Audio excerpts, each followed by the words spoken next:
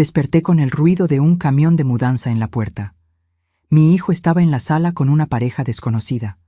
Me dijo: «Mamá, vendí la casa. Ahora vas a vivir en mi garaje». Salí sin decir nada. Solo hice una llamada. 2 horas después: «Me alegra tenerte aquí. Sigue mi historia hasta el final y comenta desde qué ciudad me estás viendo. Así podré ver hasta dónde ha llegado mi historia». El ruido me despertó a las 6:30 de la mañana. Un sonido metálico, pesado, que no pertenecía a mi tranquilo vecindario. Me incorporé en la cama, desorientada, preguntándome qué podía estar haciendo tanto escándalo tan temprano. Mi primera reacción fue de molestia.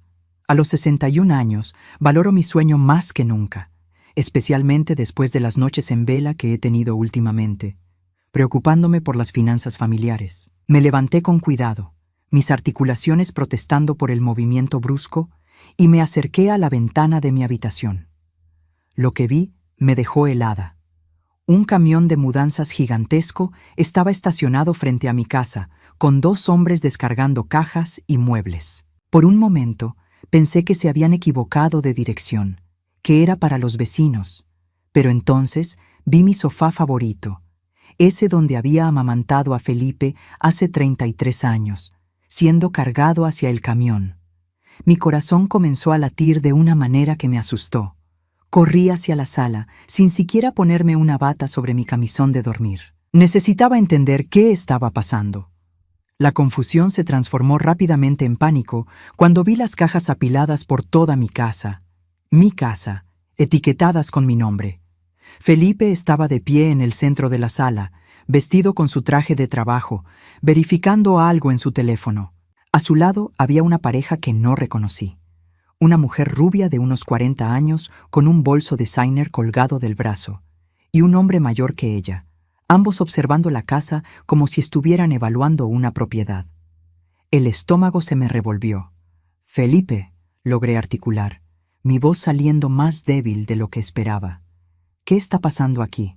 Mi hijo levantó la vista del teléfono, y por un segundo vi algo en sus ojos que no había visto antes. No era malicia exactamente, pero tampoco era el amor filial que yo esperaba ver. Era indiferencia, como si estuviera manejando un trámite molesto. «Buenos días, mamá», dijo, guardando el teléfono en el bolsillo. «Te presento a los señores Morrison, los nuevos propietarios de la casa». Las palabras llegaron hasta mí como si vinieran desde muy lejos. Los nuevos propietarios. Mi casa. La casa donde había vivido durante 25 años, donde había criado a Felipe después de que su padre muriera, donde cada rincón tenía una memoria grabada. «No entiendo», susurré, sintiendo como si el piso se estuviera moviendo bajo mis pies. Felipe suspiró, como si fuera él quien estuviera siendo sometido a una situación incómoda. «Mamá, vendí la casa, ya hablamos de esto. No puedes seguir viviendo sola aquí. Es demasiado grande para ti y muy costosa de mantener». Jamás habíamos hablado de eso, nunca. Ni una sola vez Felipe había mencionado vender mi casa. Me aferré al respaldo del único sillón que quedaba en la sala, tratando de procesar lo que estaba escuchando. «Pero Felipe, esta es mi casa», logré decir, aunque mi voz sonaba extraña incluso para mí misma. «Aquí tienes todos tus recuerdos de la infancia. Aquí. Mamá, por favor, no hagas esto más difícil de lo que ya es», me interrumpió con ese tono condescendiente que había empezado a usar conmigo en los últimos años. «Ya tengo todo arreglado. Puedes quedarte en el garaje de mi casa. Clara y yo lo hemos convertido en un pequeño apartamento. Tiene baño propio y todo». Clara, su esposa. La mujer que en 3 años de matrimonio jamás me había dirigido una sonrisa genuina, que siempre encontraba excusas para que Felipe no viniera a visitarme, que me trataba como si fuera una reliquia molesta del pasado de su marido. Los señores Morrison intercambiaron una mirada incómoda. Era evidente que no esperaban presenciar esta conversación. La mujer murmuró algo sobre volver más tarde, pero Felipe negó con la cabeza. «No es necesario, esto será rápido», dijo, y luego se dirigió a mí otra vez. «Mamá, el camión está aquí para llevar tus cosas esenciales a mi casa. Lo demás lo donaremos o lo venderemos». Mis cosas esenciales. como si mi vida entera pudiera reducirse a unas cuantas cajas. Miré alrededor de la sala donde había pasado tantas noches leyendo mientras Felipe hacía su tarea en la mesa del comedor, donde había decorado el árbol de Navidad cada diciembre desde que tenía 3 años, donde había llorado la muerte de mi esposo mientras sostenía a mi hijo de 12 años. Felipe, intenté una vez más, mi voz ahora temblorosa. Por favor, no puedes hacer esto. Esta casa. Mamá, me cortó nuevamente, pero esta vez su voz tenía un matiz de impaciencia que me golpeó como una bofetada. La decisión ya está tomada. Los papeles están firmados. Los Morrison ya pagaron. No hay vuelta atrás. En ese momento, algo se rompió dentro de mí. No fue solo mi corazón, aunque también se partió. Fue algo más profundo, más fundamental. La imagen que tenía de mi hijo, del hombre que había criado con tanto amor y sacrificio, se desintegró frente a mis ojos. Miré a Felipe, realmente lo miré, y por primera vez vi a un extraño. Este hombre de 33 años, con su traje caro y su actitud fría, no era el niño que había consolado durante las pesadillas. No era el adolescente para quien había trabajado turnos dobles para pagar su universidad. No era el joven al que había ayudado a conseguir su primer trabajo. Sin decir una palabra más, me di la vuelta y caminé hacia mi habitación. Escuché que Felipe decía algo a mis espaldas, pero ya no importaba.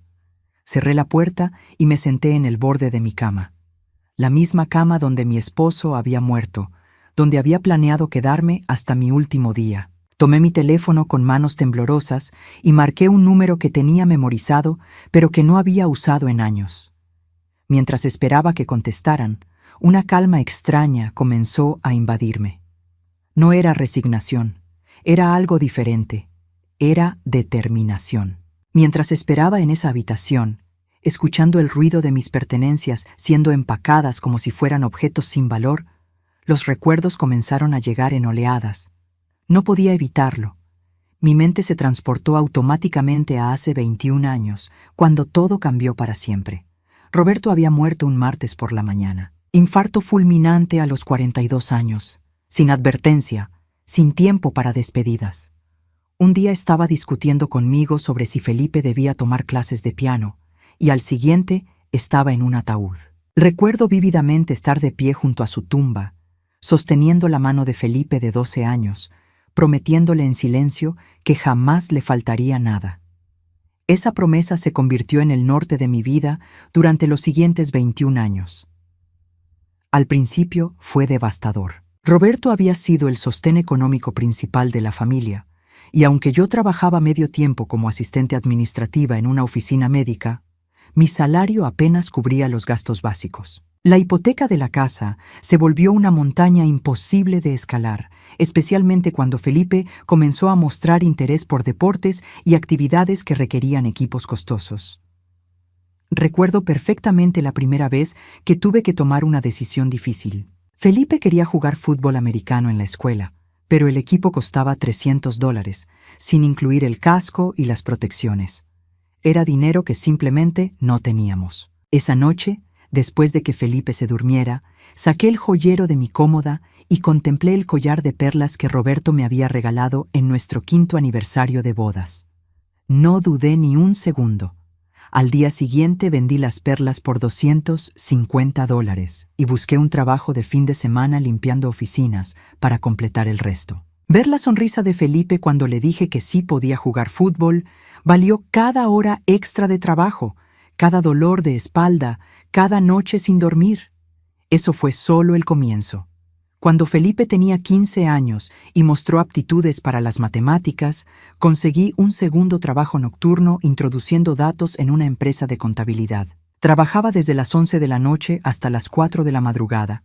Llegaba a casa, dormía 3 horas y me levantaba para prepararle el desayuno y llevarlo a la escuela. Los fines de semana limpiaba casas para ganar dinero extra para sus clases de tutoría. Felipe nunca supo sobre los trabajos nocturnos. Le decía que tenía insomnio y que aprovechaba para hacer cosas de la casa. No quería que se sintiera culpable o que pensara que éramos pobres. Quería que tuviera una infancia normal, que no cargara con las preocupaciones económicas que yo llevaba como una mochila pesada todos los días. Cuando llegó el momento de la universidad, las cosas se volvieron aún más complicadas. Felipe había sido aceptado en 3 universidades diferentes, pero ninguna le había ofrecido una beca completa. La matrícula de su primera opción costaba $25,000 al año, una cifra que me quitaba el sueño. Fue entonces cuando vendí mi anillo de compromiso, ese anillo que Roberto había elegido con tanto cuidado, ahorrando durante meses para comprármelo. Lo llevé a una casa de empeño en el centro de la ciudad, donde un hombre que olía a cigarro me ofreció $1,200 por él. No era suficiente, pero era un comienzo. También hipotequé la casa por segunda vez. El banco no quería darme el préstamo al principio. Decían que mis ingresos no eran suficientes para garantizar el pago. Tuve que suplicar, literalmente suplicar, explicándoles que mi hijo era brillante, que valía la pena la inversión. Finalmente accedieron, pero con una tasa de interés que me obligó a conseguir un tercer trabajo los domingos, cuidando a una anciana del vecindario. Durante los 4 años de universidad de Felipe, viví prácticamente como una ermitaña. No salía a cenar, no iba al cine, no me compraba ropa nueva. Cada centavo que ganaba iba destinado a su educación, a sus gastos de manutención, a los libros que necesitaba. Cuando Felipe me llamaba para pedirme dinero extra para actividades sociales o viajes con sus compañeros, nunca le dije que no. Trabajaba horas adicionales, vendía cosas de la casa, hacía lo que fuera necesario. El día de su graduación fue el más feliz de mi vida. Ver a Felipe caminar por ese escenario, recibir su diploma de ingeniería, saber que tenía un futuro brillante por delante, hizo que cada sacrificio valiera la pena. Lloré de orgullo cuando lo abracé después de la ceremonia. «Lo logramos, mijo», le susurré al oído. «¿Tu papá estaría tan orgulloso?» Después de la universidad, Felipe consiguió un buen trabajo en una empresa de construcción. Finalmente podía respirar un poco más tranquila. Pensé que los años difíciles habían terminado, que ahora podríamos disfrutar de una relación más relajada, tal vez incluso que él pudiera ayudarme a pagar los préstamos que había acumulado por su educación. Pero en lugar de eso, Felipe se mudó a su propio apartamento y comenzó a visitarme cada vez menos. Al principio lo entendí. Era normal que un joven independiente quisiera su propio espacio. Pero cuando conoció a Clara hace 4 años, las visitas se volvieron aún más esporádicas. Clara. Desde el momento en que Felipe me la presentó, supe que no le gustaba. Era sutil, pero perceptible. La forma en que miraba mi casa, como si fuera demasiado pequeña o anticuada.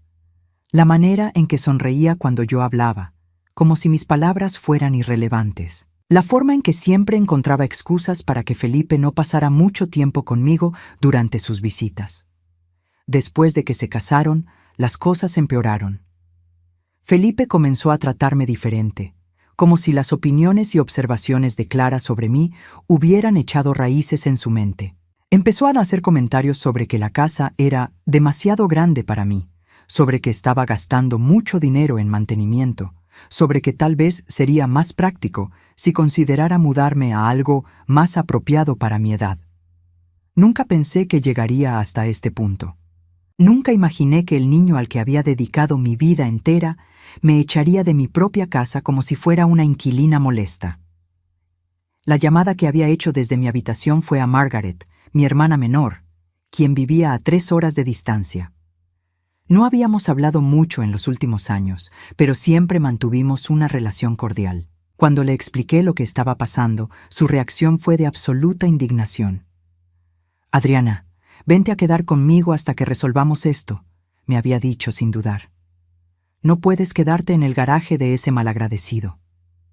2 horas después, Margaret llegó con su camioneta. Para entonces, Felipe y los Morrison ya se habían marchado, dejándome con 3 cajas de pertenencias esenciales que alguien más había empacado por mí. No habían incluido ninguna de las fotografías familiares que estaban en la repisa de la chimenea, ni el álbum de bodas, ni siquiera las cartas que Roberto me había escrito durante nuestro noviazgo. El viaje a casa de Margaret transcurrió en silencio las primeras 2 horas. Yo no tenía palabras para describir el vacío que sentía. y ella parecía entender que necesitaba procesar lo que había pasado. Fue solo cuando estábamos llegando a su casa que finalmente hablé. «Margaret, necesito preguntarte algo», dije, mirando por la ventana hacia los campos que se extendían a ambos lados de la carretera. «¿Tú crees que Roberto hubiera querido que Felipe hiciera esto?» Mi hermana frenó el auto tan bruscamente que ambas nos sacudimos hacia adelante. Se orillaron en el acotamiento y me miró con una expresión que no pude descifrar. «Adriana», dijo lentamente, «por favor dime que no has olvidado lo del testamento». Un frío extraño comenzó a recorrer mi columna vertebral. «¿Qué testamento?» Margaret me miró fijamente, como si estuviera viendo a un fantasma. «El testamento de Roberto, el que firmó 3 meses antes de morir. Adriana, tú estuviste presente cuando el abogado nos explicó todo». La memoria llegó de golpe, como una ola gigantesca que había estado contenida durante 21 años. Roberto había insistido en hacer un testamento después de que su padre muriera y la familia tuviera problemas legales por la herencia. Fuimos juntos a la oficina del abogado Thompson, un hombre mayor con anteojos gruesos que olía a tabaco de pipa. Pero yo había estado tan abrumada por el dolor de la pérdida, tan concentrada en cuidar a Felipe y mantener la familia a flote, que había bloqueado muchos de los detalles de esas primeras semanas después del funeral. Los recuerdos existían, pero estaban enterrados bajo capas de supervivencia y agotamiento. «Margaret», susurré, sintiendo como si el mundo estuviera girando demasiado rápido. Yo no recuerdo qué decía exactamente. Mi hermana cerró los ojos y respiró profundamente. «Adriana, Roberto te dejó 2 propiedades además de la casa familiar. Una casa pequeña en Riverside que había heredado de su tía Marlene y un dúplex en el centro que había comprado como inversión 2 años antes de morir. También hay una cuenta de ahorro que ha estado acumulando intereses durante todos estos años». Me quedé completamente inmóvil. Era como si Margaret estuviera hablando de la vida de otra persona, no de la mía. Eso es imposible. Yo hubiera recordado algo así. «El abogado Thompson te dio todos los documentos», continuó Margaret, ahora con voz más suave. «Pero estabas tan destrozada por la muerte de Roberto, tan concentrada en Felipe, que dijiste que te encargarías de todo más adelante. Guardaste los papeles en una caja y nunca volviste a sacarlos». La caja. Recordé vívidamente una caja de cartón café que había estado en el closet de mi habitación durante años. Siempre había pensado que contenía documentos viejos de impuestos y papeles sin importancia de Roberto. Nunca la había abierto porque me dolía demasiado tocar sus cosas. «Margaret», logré articular, aunque mi voz sonaba extraña. «¿Estás segura de que esas propiedades siguen siendo mías?» «Adriana, por supuesto que siguen siendo tuyas. Nadie puede quitarte lo que Roberto te dejó legalmente. Además, recuerdo que el abogado Thompson estableció un fideicomiso para que las propiedades se mantuvieran y los ingresos de alquiler se depositaran automáticamente en una cuenta especial». Mi mente comenzó a funcionar a toda velocidad. Si lo que Margaret decía era cierto, entonces yo no era la mujer indigente que Felipe creía que era. No era una carga económica que necesitaba caridad o un lugar en su garaje. Era una mujer independiente que había tenido recursos propios durante más de 2 décadas sin saberlo. Cuando llegamos a casa de Margaret, lo primero que hice fue llamar a Felipe. No contestó. Le dejé un mensaje de voz. «Felipe, soy tu madre. Necesito que me traigas una caja de cartón café que está en el closet de mi habitación, en la repisa de arriba. Es urgente. Por favor, tráemela esta noche». Felipe me devolvió la llamada 3 horas después, y su tono seguía siendo el mismo de condescendencia que había usado esa mañana. «Mamá, ya no puedes entrar a la casa. Los Morrison se van a mudar mañana. Si necesitas algo específico, dime qué es, y yo veré si lo puedo encontrar».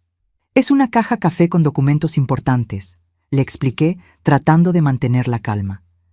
«Está en mi closet, en la repisa de arriba. Tiene papeles de tu padre». Hubo una pausa larga. «¿Documentos de papá?» «Mamá, papá murió hace 21 años. ¿Qué documentos pueden ser tan importantes después de tanto tiempo? Solo tráeme la caja, Felipe. Por favor. Otra pausa. Está bien, pero será la última vez que pueda entrar a la casa. Los Morrison van a cambiar las cerraduras mañana. Margaret y yo esperamos hasta las 10 de la noche. Cuando Felipe finalmente llegó, traía consigo no solo la caja, sino también a Clara. Ella se quedó en el auto mientras él subía los escalones del porche de Margaret, cargando la caja café que había estado esperándome durante 21 años. «Aquí está», dijo, dejando la caja en la mesa de la sala. «Espero que sea importante, porque tuve que mover muchas cosas para encontrarla». Esperé hasta que Felipe se fuera para abrir la caja. Margaret se sentó a mi lado en el sofá, ambas mirando el cartón deteriorado por los años, como si contuviera explosivos. Dentro encontré exactamente lo que Margaret había descrito. El testamento original de Roberto, copias de las escrituras de 2 propiedades que ni siquiera recordaba que existían. Estados de cuenta de una cuenta de ahorros que mostraba depósitos mensuales automáticos durante 21 años, y una carta escrita a mano por Roberto, dirigida específicamente a mí. Con manos temblorosas, abrí la carta de mi esposo muerto. Su letra familiar me golpeó como un puñetazo en el estómago. «Mi querida Adriana», comenzaba, «si estás leyendo esto, significa que ya no estoy contigo para cuidarte como prometí el día de nuestra boda. Estas propiedades son para ti, para que nunca dependas de nadie más. Quiero que Felipe herede cuando tú ya no estés, pero mientras vivas, estos son tus recursos para hacer lo que te haga feliz. No sacrifiques tu bienestar por nadie más, ni siquiera por nuestro hijo. Eres más fuerte de lo que crees y mereces vivir en tus propios términos». Cuando terminé de leer, Margaret y yo nos quedamos sentadas en silencio durante varios minutos. Finalmente, mi hermana me puso una mano en el hombro. «Adriana», dijo suavemente, «¿te das cuenta de lo que esto significa?» Asentí lentamente, sintiendo como si estuviera despertando de un sueño de 21 años. No solo tenía propiedades y dinero que Felipe desconocía completamente, sino que tenía opciones, tenía poder, tenía la capacidad de elegir mi propio destino. Esa noche no pude dormir. Me quedé despierta en la habitación de huéspedes de Margaret, leyendo y releyendo cada documento que había encontrado en la caja. Los números eran abrumadores. La cuenta de ahorros había crecido hasta alcanzar $47,000, alimentada por los ingresos de alquiler de las 2 propiedades que había olvidado que tenía. El dúplex en el centro había estado siendo administrado por una empresa de bienes raíces durante todos estos años, generando $1,200 mensuales en ingresos. La casa en Riverside, más pequeña pero en un vecindario que se había valorizado considerablemente, producía $900 al mes. Durante 21 años, mientras yo trabajaba múltiples empleos y vendía mis pertenencias para pagar la educación de Felipe, había tenido $2,100 mensuales entrando automáticamente a una cuenta que había olvidado que existía. A las 6 de la mañana ya tenía un plan. Lo primero que hice fue llamar a la empresa de bienes raíces que había estado administrando mis propiedades. Una mujer llamada Patricia me explicó que habían estado enviando estados de cuenta anuales a mi dirección, pero que como nunca había respondido, asumieron que simplemente no necesitaba gestión activa de las propiedades. «Señora Adriana», me dijo Patricia con voz profesional pero amable, «sus propiedades han sido muy estables. El dúplex tiene inquilinos excelentes que han estado ahí por 5 años, y la casa de Riverside acaba de ser renovada porque el inquilino anterior se mudó el mes pasado. Podríamos aumentar el alquiler a $1,100 mensuales ahora que está actualizada». El segundo paso fue visitar un banco diferente al que había estado usando durante años. No quería encontrarme con ninguno de los empleados que conocían mi historia de préstamos y dificultades financieras. En el banco nuevo me trataron como lo que realmente era, una mujer con activos sólidos e ingresos estables. El asesor financiero, un hombre joven llamado David, revisó mis documentos con creciente respeto. «Señora Hernández», me dijo después de revisar todo, «usted tiene una posición financiera muy sólida. Con los ingresos de alquiler y sus ahorros, podría fácilmente calificar para una hipoteca de una casa nueva si eso es lo que desea. Pero yo no quería una casa nueva. Tenía una idea diferente. Esa tarde, conduje hasta Riverside para ver la casa que Roberto me había dejado. Era pequeña pero encantadora, con un jardín frontal bien cuidado y ventanas que daban a un parque. La empresa de bienes raíces me había enviado fotos de la renovación reciente. Pisos de madera pulidos, cocina actualizada, baño remodelado. Era perfecta para una mujer de 61 años que quería un nuevo comienzo. Lo más importante era que estaba a solo 40 minutos de donde vivía Felipe, pero lo suficientemente lejos como para tener mi propia vida independiente. No sería una huida dramática, sería una transición elegante hacia la vida que debería haber estado viviendo durante décadas. El tercer paso fue el más difícil emocionalmente. Tenía que decidir qué hacer con Felipe. Durante 3 días, evité sus llamadas. Sabía que estaba preocupado porque no me había presentado en su casa para mudarme al garaje como había planeado. Margaret me contó que había llamado preguntando por mí, pero ella simplemente le había dicho que estaba procesando los cambios y que me contactaría cuando estuviera lista. Finalmente, decidí que era hora de enfrentar la situación. Pero no iba a hacerlo como la madre suplicante y necesitada que él esperaba. Iba a hacerlo como la mujer independiente que acababa de redescubrir que era.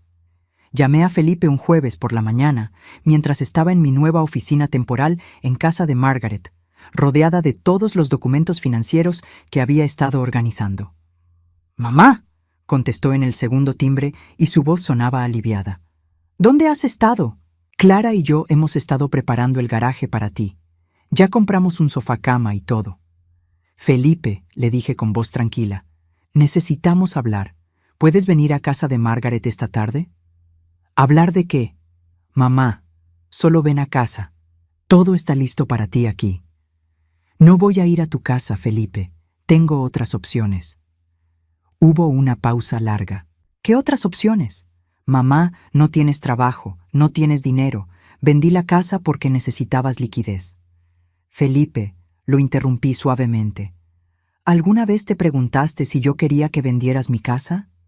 Otra pausa, esta vez más incómoda. «Mamá, pensé que era obvio, no podías mantenerla, los gastos eran demasiado altos para tu pensión». «¿Cuándo te dije que no podía mantenerla?» Silencio total. Podía escuchar su respiración a través del teléfono y sabía que estaba empezando a darse cuenta de que había hecho suposiciones que nunca había verificado conmigo. «Felipe, ven esta tarde a las 4. Hay cosas que necesitas saber». Cuando colgué, Margaret me miró con admiración. «Adriana, no te había escuchado hablar con esa autoridad en años». Tenía razón. Durante décadas había sido la madre que pedía disculpas por existir, que agradecía cualquier migaja de atención de su hijo, que nunca cuestionaba sus decisiones porque estaba demasiado agradecida de que la incluyera en su vida. Pero esa mujer había muerto el día que Felipe me echó de mi propia casa. La mujer que había tomado su lugar tenía información, tenía opciones y tenía la determinación de usarlas. Felipe llegó a las 4 en punto, pero no vino solo. Clara estaba con él, lo cual me molestó pero no me sorprendió. Durante los últimos 3 años, había notado que Clara raramente permitía que Felipe tuviera conversaciones importantes conmigo sin estar presente. «Hola, Adriana», me saludó Clara con esa sonrisa falsa que había perfeccionado. «Felipe me contó que has estado evitando mudarte al garaje. Espero que no sea porque piensas que no es lo suficientemente bueno. Realmente nos esforzamos mucho en arreglarlo para ti». Margaret, que estaba sentada a mi lado en el sofá, le dirigió a Clara una mirada que podría haber congelado el infierno. Mi hermana nunca había tenido paciencia para la hipocresía. «Siéntense», les dije, señalando las sillas frente a nosotras.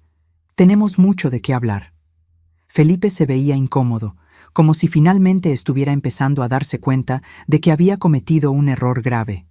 Clara, por el contrario, parecía irritada por tener que participar en lo que obviamente consideraba un drama innecesario. Saqué la caja de documentos y la puse en la mesa de centro entre nosotros. «Felipe, ¿recuerdas cuando fuiste a buscar esta caja para mí?», asintió, mirando la caja con curiosidad. «Sí, dijiste que había documentos importantes de papá». «Exactamente», confirmé, abriendo la caja y sacando el testamento. Esto es el testamento de tu padre. ¿Alguna vez te preguntaste qué me había dejado además de la casa donde creciste? Clara se inclinó hacia adelante, obviamente interesada en cualquier mención de herencias o propiedades. Felipe frunció el ceño. Mamá, pensé que papá solo nos había dejado la casa familiar. Nunca mencionaste que hubiera otras cosas. Sonreí, pero no fue una sonrisa cálida. No las mencioné porque durante 21 años olvidé que existían. Estaba tan concentrada en cuidarte, en sacrificar todo por tu futuro, que nunca me tomé el tiempo de revisar adecuadamente lo que tu padre me había dejado para cuidar de mí misma. Puse los estados de cuenta bancarios sobre la mesa, junto con las escrituras de las 2 propiedades. Tu padre me dejó una casa en Riverside y un dúplex en el centro. También estableció una cuenta donde se han estado depositando los ingresos de alquiler durante todos estos años. Felipe palideció visiblemente. Clara, por el contrario, se puso tensa como un gato listo para atacar. El silencio que siguió a mi revelación fue ensordecedor. Felipe miraba los documentos como si estuvieran escritos en un idioma extranjero, mientras Clara había adoptado esa expresión calculadora que yo había aprendido a reconocer durante los últimos 3 años. Era la misma cara que ponía cuando estaba evaluando una situación para determinar cómo podía beneficiarse de ella. «Mamá», Felipe finalmente logró articular, su voz sonando extraña y distante. ¿Estás diciendo que has tenido propiedades y dinero durante todos estos años? No solo eso, respondí manteniendo mi voz calmada pero firme. He estado recibiendo $2,100 mensuales en ingresos de alquiler durante 21 años. Dinero que se ha estado acumulando en una cuenta porque yo ni siquiera sabía que existía. Clara se inclinó hacia adelante bruscamente, ya no pretendiendo desinterés. ¿Cuánto dinero estamos hablando exactamente? La directa pregunta de Clara me confirmó lo que había sospechado durante años. Su interés en mí siempre había sido financiero. No era coincidencia que hubiera empezado a presionar a Felipe para que vendiera mi casa costosa, poco después de conocerme. Ahora entendía por qué. Estamos hablando de $47,000 en efectivo, respondí, observando cómo los ojos de Clara se iluminaron como luces de neón. Más 2 propiedades que han estado generando ingresos estables durante más de 2 décadas. Felipe se hundió en su silla como si hubiera recibido un golpe físico. Mamá, yo no sabía. Pensé que estabas luchando económicamente.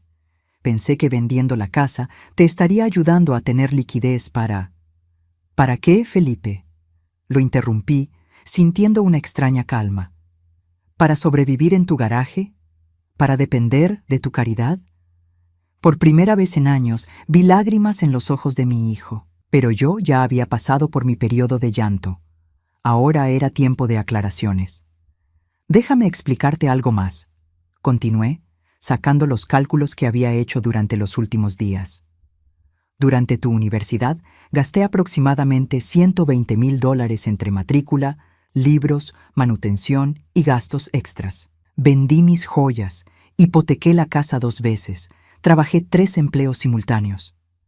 Margaret, que había permanecido silenciosa hasta ese momento, añadió suavemente: Adriana, enséñales las fotografías. Había traído un álbum que Margaret había guardado durante años. Se lo pasé a Felipe, quien lo abrió con manos temblorosas. Las fotografías mostraban claramente mi transformación durante esos años.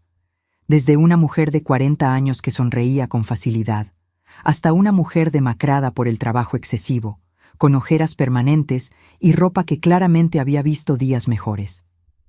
«Esta soy yo durante tu 2º año de universidad», le dije, señalando una foto donde claramente había perdido mucho peso. «Estaba trabajando 18 horas diarias para pagar tus gastos. En esta otra», cambié de página, «acababa de vender el anillo de compromiso de tu padre para cubrir los libros de tu último semestre». Felipe cerró el álbum bruscamente, como si las imágenes le causaran dolor físico. «Mamá, por favor, para. Yo no sabía». «No sabías porque nunca preguntaste», respondí sin crueldad, pero con firmeza. Durante 4 años, Cada vez que me llamabas pidiendo dinero extra, yo encontraba la manera de conseguirlo. Nunca te dije que no, nunca te expliqué el costo personal de esos, si es constantes. Clara, quien había estado inusualmente callada durante este intercambio, finalmente habló. Bueno, eso fue tu elección, Adriana. Nadie te obligó a hacer esos sacrificios. La habitación se llenó de una tensión tan espesa que se podía cortar con un cuchillo. Margaret se enderezó en su asiento, claramente lista para saltar en mi defensa, pero levanté una mano para detenerla. Esta era mi conversación. Tienes razón, Clara, dije, mirándola directamente a los ojos. Fue mi elección. Así como ahora es mi elección decidir qué hacer con mi vida y mis recursos. Felipe levantó la cabeza, algo de esperanza brillando en sus ojos. Mamá, si tienes esas propiedades, entonces no necesitas vivir en el garaje. Puedes vivir en una de ellas, ¿verdad? Y nosotros podemos visitarte y... Felipe, lo interrumpí suavemente. Creo que no entiendes la magnitud de lo que ha pasado. Me levanté y caminé hacia la ventana, necesitando un momento para organizar mis pensamientos. Durante 21 años había estado viviendo una mentira que yo misma me había contado. Que mi único valor radicaba en lo que podía dar, en lo que podía sacrificar por mi hijo. Pero Roberto había tratado de protegerme de exactamente esa situación, dejándome recursos para que nunca dependiera de nadie más. Vendiste mi casa sin consultarme, continué, aún dando la espalda. No solo eso, sino que tomaste esa decisión basándote en suposiciones que nunca verificaste conmigo. Asumiste que era pobre, asumiste que necesitaba tu ayuda, asumiste que no tenía opinión sobre dónde quería vivir. Me volteé para enfrentarlos.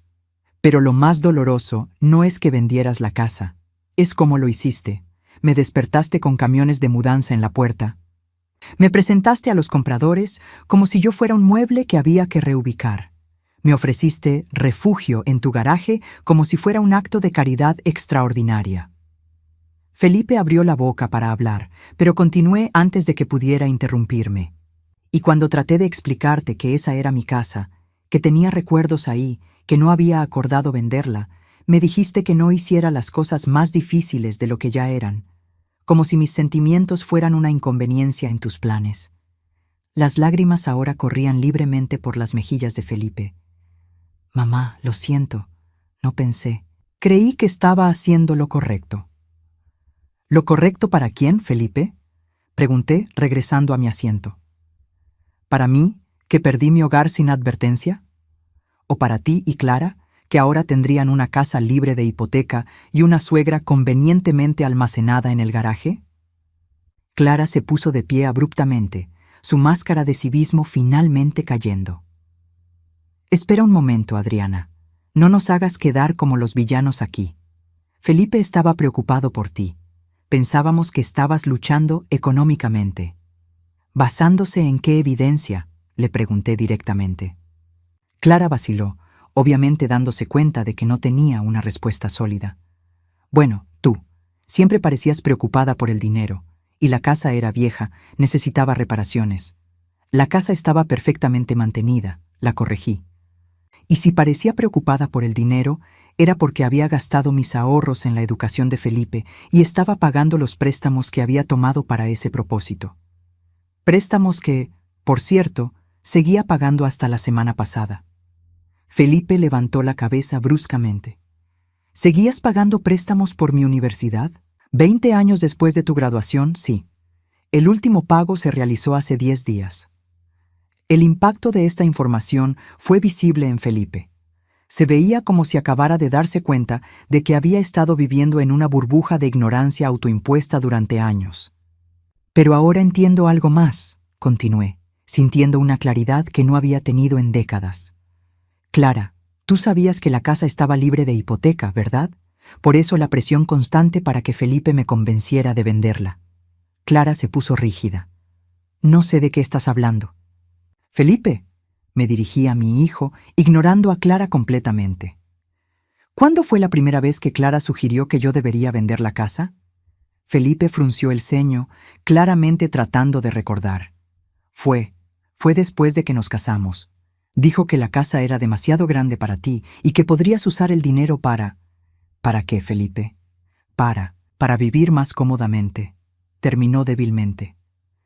¿Y dónde sugirió que viviera después de vender? Felipe palideció aún más. Dijo que podrías rentar un apartamento pequeño o venir a vivir con nosotros. En el garaje, completé por él. Por primera vez desde que había comenzado esta conversación, Clara mostró verdadera incomodidad. Era evidente que había calculado mal, asumiendo que yo era exactamente lo que parecía, una viuda mayor sin recursos, dependiente de la generosidad de su hijo. Mañana, anuncié, me mudaré a mi casa en Riverside. Es pequeña, pero perfecta para mí. También voy a empezar a gestionar activamente mis propiedades de alquiler. Felipe se veía devastado. Mamá, por favor. Sé que cometí un error terrible, pero podemos arreglarlo. Podemos. Felipe, lo interrumpí gentilmente. Durante 21 años basé todas mis decisiones en lo que era mejor para ti. Ahora es tiempo de que tome decisiones basadas en lo que es mejor para mí. 3 meses después, estaba sentada en el porche de mi casa en Riverside, tomando café mientras leía el periódico matutino. El jardín que había estado descuidado cuando me mudé ahora florecía con rosas que yo misma había plantado. Era un sábado por la mañana de octubre, y el aire fresco me recordaba por qué siempre había amado esta época del año. La casa había resultado ser aún más perfecta de lo que había imaginado. Pequeña pero luminosa, con 2 habitaciones, una cocina acogedora y un baño que había sido completamente renovado antes de mi llegada. Lo más importante era que era mía, completamente mía, sin hipotecas, sin deudas, sin compromisos con nadie más que conmigo misma. Durante estos meses había redescubierto partes de mí que había olvidado que existían. Había empezado a tomar clases de pintura en el centro comunitario local, algo que siempre había querido hacer, pero para lo que nunca había tenido tiempo cuando trabajaba múltiples empleos. También me había unido al club de jardinería del vecindario, donde había hecho amigas que me apreciaban por quien era ahora, no por los sacrificios que había hecho en el pasado. Mi rutina diaria había adoptado un ritmo que jamás había experimentado. Despertar cuando mi cuerpo estaba listo, no cuando una alarma me obligaba. Desayunar lentamente mientras planeaba el día. Dedicar tiempo a actividades que me daban placer genuino. Era una vida simple, pero era mi vida, diseñada completamente según mis propios términos. El teléfono sonó, interrumpiendo mi tranquila mañana. Era Patricia, la administradora de propiedades, quien ahora se había convertido en una aliada valiosa en mi nueva vida independiente. «Buenos días, Adriana». Me saludó con la calidez que había desarrollado durante nuestros meses de trabajo conjunto. «Tengo noticias excelentes. Los inquilinos del dúplex quieren renovar su contrato por 2 años más y están dispuestos a aceptar el aumento de alquiler que habíamos discutido». Sonreí, sintiendo una satisfacción que no tenía nada que ver con el dinero y todo que ver con la competencia. «Perfecto, Patricia. Autoriza la renovación». Después de colgar, reflexioné sobre cómo había cambiado mi relación con el dinero. Durante décadas, había sido una fuente de ansiedad constante, algo que nunca era suficiente, algo por lo que tenía que sacrificar salud y bienestar. Ahora era simplemente una herramienta que me daba opciones y seguridad. Con los ingresos de alquiler y mis ahorros acumulados, tenía más que suficiente para vivir cómodamente sin trabajar. Pero había decidido que quería explorar oportunidades que me dieran propósito. Había empezado a ofrecerme como voluntaria en un centro de alfabetización para adultos, enseñando a mujeres mayores a leer y escribir. Era un trabajo que me llenaba de una manera que ningún empleo anterior había logrado, porque lo hacía por elección, no por necesidad. El sonido de un auto en mi entrada me sacó de mis reflexiones. Reconocí inmediatamente el motor del Honda de Felipe. Durante los últimos 3 meses, había venido a visitarme cada 2 semanas, siempre solo. Era una condición que había establecido claramente. Si quería reconstruir nuestra relación, tenía que ser entre nosotros 2, sin la influencia constante de Clara. Felipe se bajó del auto cargando una pequeña planta en maceta, algo que había empezado a hacer en las últimas visitas. Era su manera de contribuir a mi jardín, su forma de mostrar que prestaba atención a las cosas que me importaban ahora. «Buenos días, mamá», me saludó subiendo los escalones del porche. Se veía mejor que la última vez que lo había visto. Menos tenso, más presente. «Buenos días, mijo», respondí, usando el término cariñoso que no había utilizado en meses. Se lo había ganado gradualmente, a través de conversaciones honestas y cambios genuinos en su comportamiento. Se sentó en la silla junto a la mía, la misma rutina que habíamos desarrollado durante estas visitas. Primero tomábamos café juntos en el porche, luego él me ayudaba con algún proyecto en la casa o el jardín, y finalmente hablábamos. Conversaciones reales, no las interacciones superficiales que habían caracterizado nuestra relación durante años. «¿Cómo estuvo tu semana?», me preguntó, y pude ver que realmente quería saber la respuesta. Le conté sobre mis clases de pintura, sobre la nueva amiga que había hecho en el club de jardinería, sobre los progresos de mis estudiantes en el centro de alfabetización. Felipe escuchaba con atención, hacía preguntas, mostraba interés genuino en mi vida. Era una versión de mi hijo que no había visto en años. «Mamá», dijo después de un rato, «hay algo que he estado queriendo decirte». Me tensé ligeramente. Durante los últimos meses habíamos evitado conversaciones sobre el pasado, concentrándonos en construir algo nuevo en el presente. Pero sabía que eventualmente tendríamos que abordar los temas más profundos. «Clara y yo estamos en terapia de pareja», continuó, mirando hacia el jardín en lugar de hacia mí. «Y yo también estoy yendo a terapia individual». Esto me sorprendió. Felipe nunca había sido alguien que creyera en la terapia o que admitiera necesitar ayuda externa. «El terapeuta me ha estado ayudando a entender cómo permití que mi relación contigo se deteriorara tanto», prosiguió. «Me está ayudando a ver patrones que no quiero repetir». Esperé en silencio, dándole espacio para continuar. Me di cuenta de que durante años dejé que Clara tomara decisiones sobre nuestra familia sin consultarte, sin considerarte realmente como parte de esas decisiones.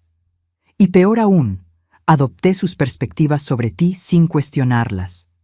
Sus palabras me llegaron profundamente, no solo porque representaban una disculpa, sino porque mostraban una comprensión real de lo que había pasado. «También entendí algo más», añadió, finalmente volteando a mirarme.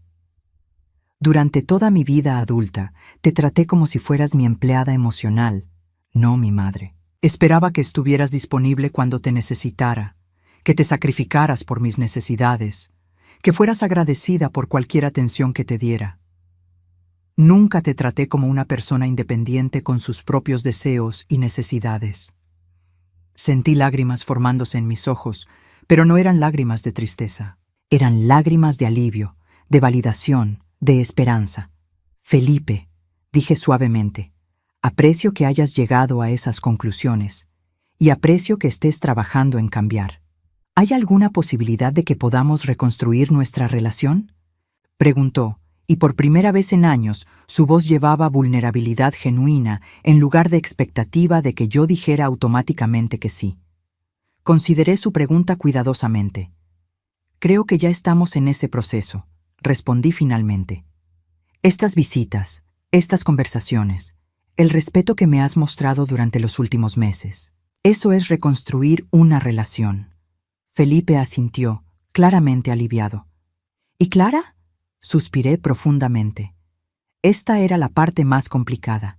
Felipe, Clara y yo tenemos una historia de desconfianza mutua que va a ser muy difícil de superar.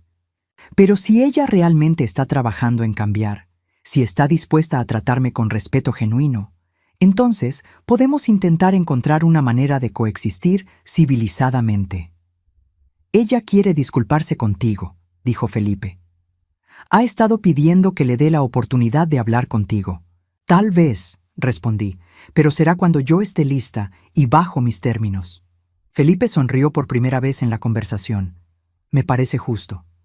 Pasamos el resto de la mañana trabajando juntos en el jardín, plantando la nueva adición que había traído y reorganizando algunas de las plantas que había establecido durante el verano. Era trabajo físico, pero también era terapéutico, simbólico de nuestro proceso de sembrar algo nuevo entre nosotros. Cuando Felipe se preparó para irse, me dio un abrazo que se sintió diferente a cualquier abrazo que habíamos compartido en años. No era el abrazo obligatorio de un hijo que cumple con sus deberes filiales, sino el abrazo genuino de una persona que valoraba a otra. Te amo, mamá, me dijo al despedirse. Y lamento profundamente haber tardado tanto en demostrártelo de la manera correcta. Yo también te amo, mijo, respondí, y estoy orgullosa de la persona en la que te estás convirtiendo. Después de que se fue, me quedé en el porche viendo el atardecer. En la distancia podía escuchar a los niños del vecindario jugando en el parque, el sonido de la vida continuando su curso natural.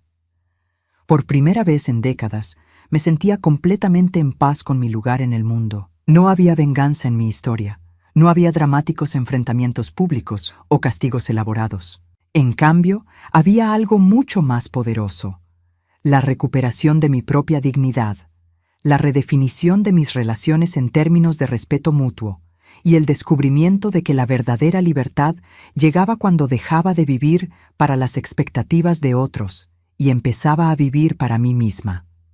Esa noche, antes de dormir, abrí el último cajón de mi cómoda donde guardaba la carta que Roberto me había escrito 21 años atrás. La releí una vez más, sonriendo al darme cuenta de que finalmente había seguido su consejo. Estaba viviendo en mis propios términos, había dejado de sacrificar mi bienestar por otros y había redescubierto mi propia fuerza. Gracias, mi amor, susurré a la fotografía de Roberto que tenía en mi mesa de noche. Tardé un poco, pero finalmente encontré el camino. Y por primera vez en 21 años me dormí no solo contenta, sino genuinamente feliz con la vida que había elegido para mí misma.